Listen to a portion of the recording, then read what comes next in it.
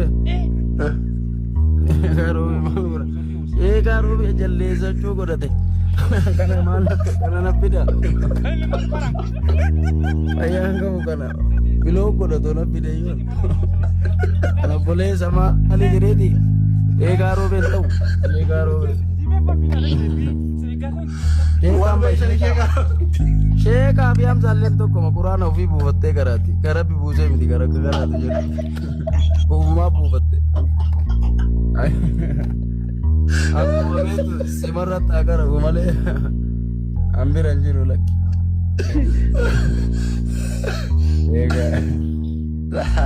Sheekha otoo guyyaa guutuu matoora uufu kalee lapheen buute na himaan innuu jiruunu ligaa hiriitti tedhii du'aayii godhiif.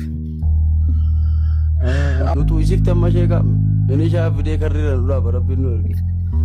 Kunneen nu keessa gajjeette.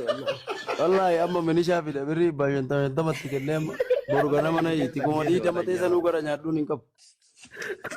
Sanuu shuggutii bilookii laman tokkaan takkaan nu as fararraa ta'a ibsaan maakii biteen ittiin taphatu takkaan.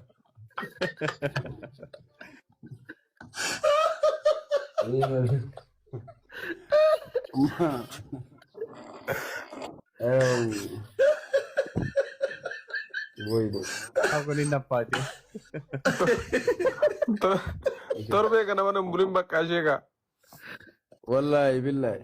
Nama onni na keessa ajjeesee ribsishaa sheekaan barani wayita qamayee garuu marqanee galaan raammoyyoo rabbi ajjeesee rabbi na gaafate jedhee cammaa baafadhee gala kaasaan nyaata naa kenniti jaartiin isaa shuggutii xarapheessa irra kaa'ee mee nyaata nyaadhamoo shuggutii sallaala onni nu keessa ajjeesee shuggutii ijoollee wayita iidaa bitattee wannoo gootu saniin namas fararraa oolaa.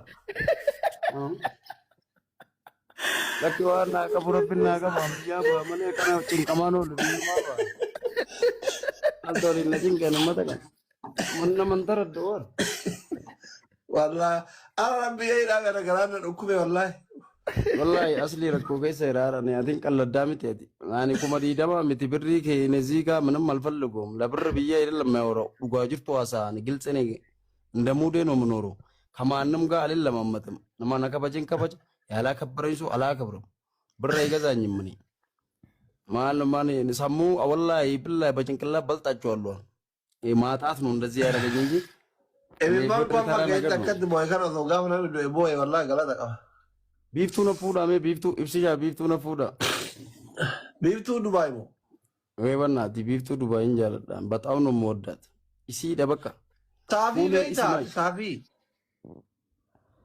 አምቢፍቱ wallahi chikala mana keessa dhaabee ufidee aaraasaati si ilaalaa oola malee an biiftuu wane to baaganyat billah malta biiftuun bara wannoo ajila wannoo miti ameetti jilaati ka istinjaa mirindaan deemti ka dhuudu juusiidha matbalaa udanaa nagar mallabsoo mirta biraan